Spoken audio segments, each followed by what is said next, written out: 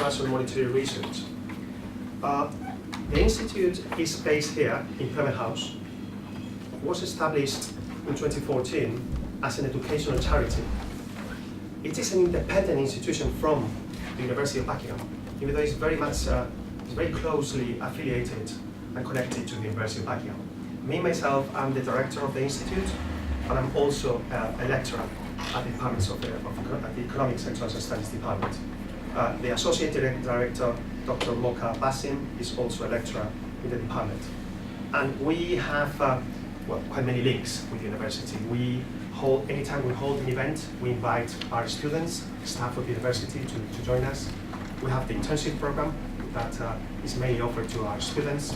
So please do join us in our research agenda. We'll be very happy to welcome you to the agenda, to the internships, and I will tell you more about what we do in a minute.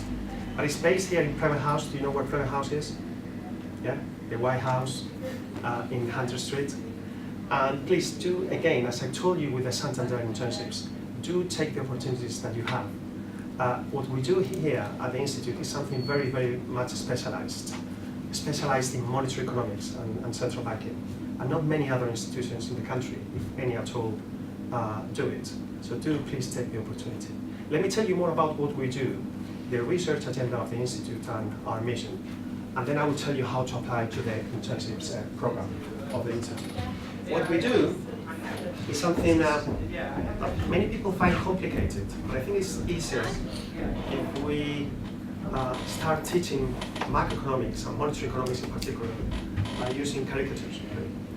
Because these problems we're facing at the moment in finance, in central banking, in economics are not new at all. They go back to in this case, to the 18th century, if not even more in the past. So the problems we're confronted with now were faced by previous generations in the past, and we can learn quite a lot from the past in order not to repeat them in the future. So what we do in our institute is to study the relationship between money, central banks, commercial banks, and the rest of the economy. Yeah? Here you have the representation of the central bank at the time. This is William P. the Younger, the Prime Minister at the time, the times of the Napoleonic Wars. France was at war with England, and here you have the Prime Minister holding the gold reserves of the country, because at the time England was running a gold standard. Do you know what a gold standard is? Yeah. Yeah. Where the transaction of money is backed by gold, yeah, so, rather than paper money. Yeah. So there was. Let me just amend you a little bit, if I may. So there were emissions of paper money, but every single note had to be backed by a certain amount of gold. Yeah, that imposed a restriction to the issuer of the currency to over-issue paper. Yeah, paper notes. That's called the gold standard system. Yeah. So here you have the Prime Minister controlling the standard, gold standard, amount of gold in the country, and issuing money. Actually, the Prime Minister didn't do it, but a very well-connected bank to the government did it for him. That was the Bank of England. Yeah? So whenever you have this system in which a provider of money, a supplier of money, is able to provide as much as money as needed to the economy, you need a rule to discipline the issue of the money. At the time, it was the gold standard. Now, we don't have the gold standard. If you knock at the door of the Bank of England and ask for your gold or silver back, well, they will have a big laugh out of you, but don't do it. Don't go and ask for your gold, it won't be there. Yeah. So instead of a gold standard, now we need to, again, impose limits to the central bank in order not to over-issue, not to have inflation. That's the sort of things we study at the Institute. The sort of rules we should impose on the bank, the central bank, not to over-issue, not to create inflation. Yeah? The other thing, very interesting thing, is the relationship, again, between this guy, the Prime Minister, the same guy as before. Can you tell? The nose is the same as the other ones. Yeah? So it's the Prime Minister assaulting the old lady. Have you heard this expression, the old lady of Threadneedle Street? No, this is the nickname of the Bank of England. Why? Because of this cartoon. So the old lady is here trying to protect the gold in the country, the Bank of England vault. Yeah? And you have the Prime Minister asking, not very politely, for a loan to pay for the excess in public expenditure. Yeah? So, well, the Prime Minister in the end manages to steal the coins from the pockets of the old lady. So this is what we call, in our days, extraordinary lending. So the central bank assisting the government in times of crisis or war. But this has happened for centuries, as you can tell. So it's very important to set the limits between the central bank and the government. Yeah? Who does what and to what extent? And if the government is in crisis, to what extent the central bank should be bailing out the government? Let me show you a different representation of this assault with today's figures. This is the balance sheet of the Bank of England after the crisis. Here you have 2008, 9, 10, and so on. Before the crisis, this red shaded area here represents the amount of government bonds held by the Bank of England, purchased by the Bank of England. Well, something happened after 2009, didn't it? The Bank of England is controlling approximately 30%, not higher, of the government, of the debt issued by the government. Yeah. So indeed, you can tell that in the last few years, the government has benefited from extraordinary lending from the central bank. So would you say that Bank of England is independent? I wouldn't really say so. If you become the major creditor of anyone, that anyone is not going to be that independent from you either. So we also pay attention to this relationship between the government and the central bank. And finally, and this happened back in the late 19th century and even before. Again, you have the old lady here, that's the Bank of England, providing money to these misbehaved children with cards here. Can you tell? They have been playing with cards. Obviously, this is a metaphor of bankers, commercial bankers, these boys, who had been speculating in financial markets, taking too many risks, really.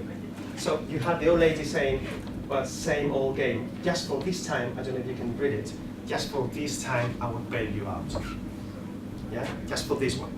So basically, it's the banks incurring in too much risk and going to the window of the Bank of England asking for liquidity to bail them out. So this is the so-called lender of last resort function of central banks.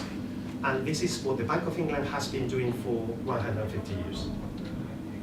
In order to do it properly, effectively, and timely, what we do is to analyze the way to do it, basically, and in order to avoid a panic in financial markets. And this is one of the other things we do at the Institute. Finally, what we study is the relationship between the amount of money in circulation and nominal GDP. I'm not revealing any secrets, specifically to those of you who have the background in economics, that there is a relationship over the long term between the amount of money circulating in the economy and inflation. Isn't there? Yes, please say yes. Otherwise, I will go to Melissa's office and I will take back all your grades in economics. Yeah. Yes, please say that. If anything, you need to know that if there is more money in circulation in the economy and the same amount of goods and services available, that will be inflationary. Yeah, over the long term.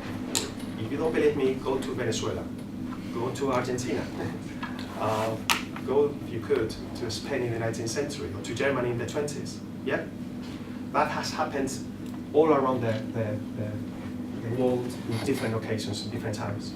This is the closest to what you can get to a natural law in economics. Whenever there's an excess in the amount of money in circulation, a persistent excess in the amount of money in circulation, that will create inflation. And by inflation, we mean not just consumer price index inflation, but assets inflation. So inflation in property prices, for example, in assets, bonds. Yeah, that's very important because people usually focus on CPI inflation. That's important, but what about assets inflation? That's equally important, if not more. Yeah? So that's something we do at the Institute. And here you have a correlation tested for different countries, from Japan here, France, United States, to Turkey, a correlation between two indicators. The average rate of growth of broad money, either M2 or M3, depending on the country, that's the gold line, and the average growth rate of nominal GDP. Could anyone tell me what the nominal GDP is? This is not an exam. You can just tell me informally what you think it is. GDP not adjusted for inflation, so Yeah, that's perfect. Yes, keep it there. That's perfect. GDP not adjusted to inflation. So real GDP plus inflation or deflation. Yeah. So essentially, this line, the blue line, captures not just the amount of goods and services created in the economy, real goods and services, but also inflation. And it's no surprise, now you should know, that the higher the rate of growth of money, up to nearly 60% here, corresponds to a very high level of inflation. That happens, for example, in the case of Turkey, Mexico. Is this Russia? Yeah. Okay. So indeed, there is a correlation between the two. And this is what we test for at the Institute, right? And let's go back to something more, something closer to us. Again, ours is an institute devoted to the monetary analysis of the economy. Monetary. So what do? Indeed, we collect data for money growth. And then, once we have collected the data, we analyze how much changes in the amount of money circulation, in broad money, affect the broader economy. Prices, CPI prices, asset prices, and the GDP. Yeah? So here you have an example. This is M4 growth in the UK. M4 is the broadest monetary indicator in the UK, just so you know. So from 1983 to June 2016. So as you could tell, I mean, you don't really need to be an expert in economics to tell me that this is not a very stable evolution of the rate of growth of money. Yeah? It is not at all. So let's just concentrate on the years prior, running up to the global financial crisis. You have a rate of growth of money here close to 15%, if not even higher, right? That's quite a lot. I can tell you, according to any records, any standard, that's a lot of money. That means rates of growth of credit provided to the economy, well, at nearly 17, 18, or nearly 20% every year. That's a lot of money.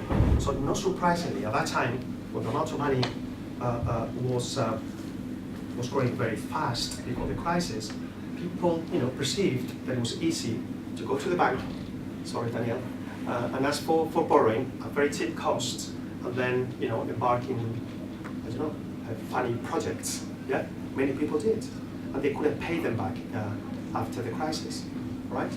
So there is a correlation between monetary instability and economic business cycle instability as well.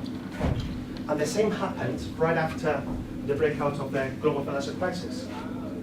Here you have the collapse of money in 2008, 9, and 10. And with the collapse of the amount of money in circulation, markets collapsed as well.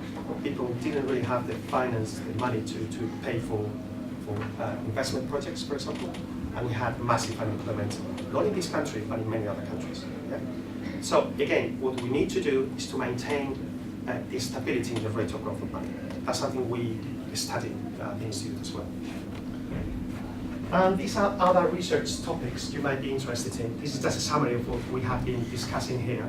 So basically, if you are interested in these topics, these are the major topics in our research agenda. The relationship between money and nominal GDP and prices, for example. In case of a crisis, how to intervene and prevent a panic in a bank to spread out to the whole economy, for example. That's the other thing. How to conduct a rule-based monetary policy rather than a monetary policy based on discretion, for example. That's another one. And this is very much at the epicenter of the debate at the moment, policy debates. I just showed you before that the balance sheet of the central bank, or the Bank of England, has expanded massively in the last few years, 3, 4, 5 times, depending on the central bank you're interested in. So should we cut down the size of the central bank balance sheet and go back to normality? If so, how should we do it? That's a very interesting question. The other one is, should we be much more firm on banks so we can regulate them much more tighter? That's another question we're going to explore in the 2017 November conference in London, and you will all be invited to come and attend the session. Yeah? So this is it. Let me just go to how to apply. Basically, we're very flexible. We understand all of you are still pending for a couple of quarters to graduate. Am I right? How many will be graduating in December? So most of you, right? Okay. So we understand that you have, obviously, your priorities to attend your lectures and your tutorials, but you have few hours per week you want to spend on researching in monetary economics. I'm more than happy to have you there, right? So we offer two different types of internships. Research assistant positions focus on the collection of the data and the analysis of monetary data in the projects that I just mentioned before. And the other one is the communication and media assistant position. That basically is to help us with the communication policy of the Institute, to maintain and to upgrade our social media presence, for example, that's another one, to contact journalists and to be able to issue a press release, for example. Yeah? That's the sort of things we ask for. We offer up to 4 positions for research assistants and up to 3 per year regarding communication assistants. And again, we are very flexible. If you want to apply, what you need to do is to go online to our website, go here to our enroll for our research, and just read the testimonials of previous interns if you want to find out more about what they do. Basically, well, we are very flexible, as I told you. We can do 2 things, either to support you in your research related to the topics developed by the Institute, or we can involve you in some of the projects we are actually currently doing. Yeah? If you want to learn more about what the Institute does, please go to our contact us section here, drop us an email so we can add you to the distribution list of the Institute. If you want to learn more about our research, you can go here and download freely the working papers we have produced in the last few years. Yeah? And if you want to attend our conferences, go to the events section, and again, you'll be invited to come to the conference in November. Yeah? So again, do take the opportunity. I can tell you, when I was your age, I was, well, a long time ago, in Madrid, I didn't have these opportunities. I did not. Nobody really cared for the events we could attend or not. And you have the opportunity to engage with a very active group of researchers. We are connected to some of the best monetary economists in the country and learn more about monetary economics. We'll be very happy to welcome you at the Institute.